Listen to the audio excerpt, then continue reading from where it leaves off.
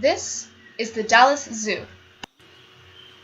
Nature instills in us a sense of freedom, a feeling that is perpetuated by the way animals roam freely in the wild.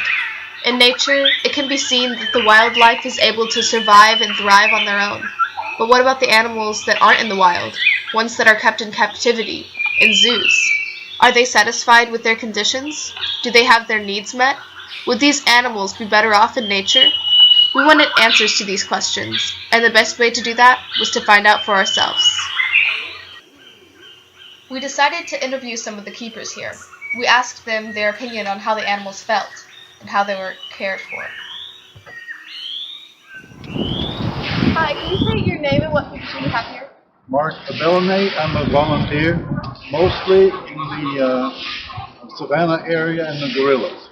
You just take some photos and stuff? Yes, and I email to anybody who wants them, but they have to work at the zoo and be a volunteer at the zoo, because most of them don't know what's going on in other parts of the zoo.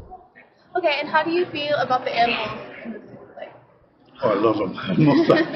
Most of them.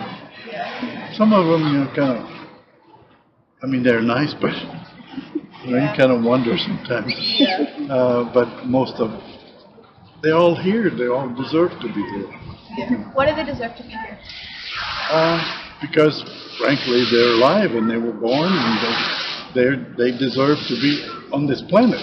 Now, the zoo, in a zoo, that's very different.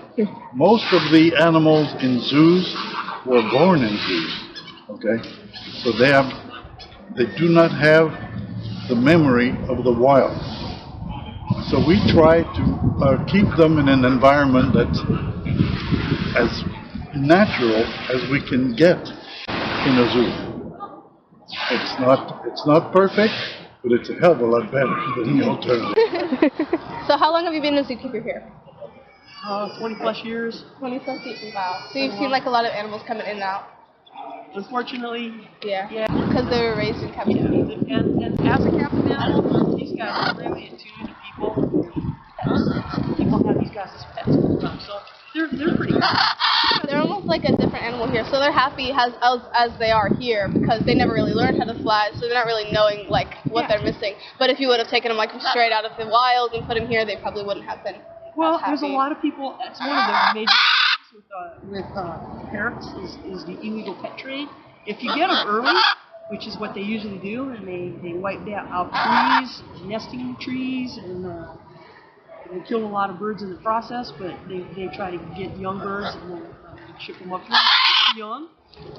They make pretty good. They can make okay pets. Not as good, I don't think, as if you get captive raised.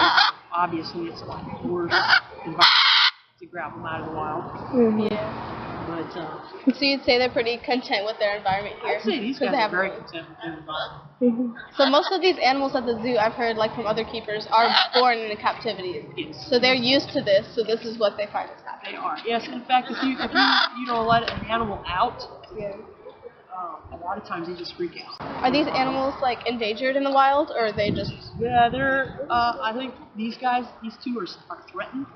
So they're declining rapidly. But I don't think there's any. Depending on I think the red IUCN is threatened, but they could be endangered in some people's lists. So is there any animals here that aren't necessarily like threatened or endangered? They're just here because? Oh yeah. There's a lot of animals that aren't. Not mine. You gotta have animals that people want to see too. Yeah. There's a lot of animals that we don't even breed in captivity or try not to. We have programs where when we do breed, we try to maximize the genetic diversity. So they study all of the animals we have and make recommendations of which ones they don't, so that they can maximize diversity. But sometimes there's only a limited amount of space, and you have to decide which not.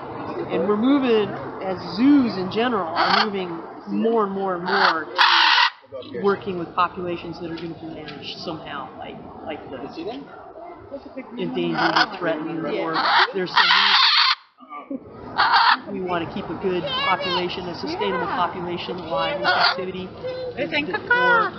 for various reasons. Maybe because they're just super cool birds, or because their status in the wild. But those, we'll be getting more conscious. Yeah, more conscious. So you would say probably like, half of the animals are here because like endangered and more like conservation efforts because like they're better here than off in the wild, and then the other half would probably be here to like bring more guests in to benefit like the zoo. I never really thought about it. I don't really know what the percentage would be. Yeah, but there are definitely both sides. Like there's the conservation side, and then there's the side where we want the zoo to keep flourishing so it can conserve, so we bring more animals that would bring attractions. That's true. But we have a limited amount of space, so that we have to take really good care of the animals we have and try to have sustainable populations. From these interviews, we found that a definitive yes or no answer to this argument of the morality of zoos would be unfair to both sides. The Dallas Zoo does an exemplary job of providing the requirements for standard health and general well-being, but you can't help but notice that the happiness and healthy mental state of some of these animals was tested through hours of loud, unpredictable noises and not a whole lot of running room in the cages. Although 90% of these animals don't know anything but captivity, you can't deny that they were meant to thrive in their natural habitat, instead of in relatively small spaces, being gawked at by loud and chaotic crowds. It can be overwhelming. The zoo does put an effort to protect and conserve endangered and threatened species, but there are a variety of animals in the zoo not placed there for protection, but purely to draw crowds. This leaves the question up to you. Continue to support the conservation of threatened species at the cost of those that don't need protection, being born and raised in an unnatural environment for your entertainment, or let the animals roam free in the wildlife reserves where there's always a risk of being poached and hunted as game.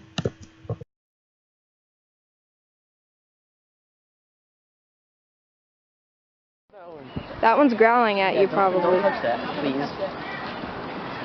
You're so sweet. I don't have to You try buddies are good at this. Just what the world want to say about you. Alright, we should go eat. We should look at the children's zoo and then eat. Yeah.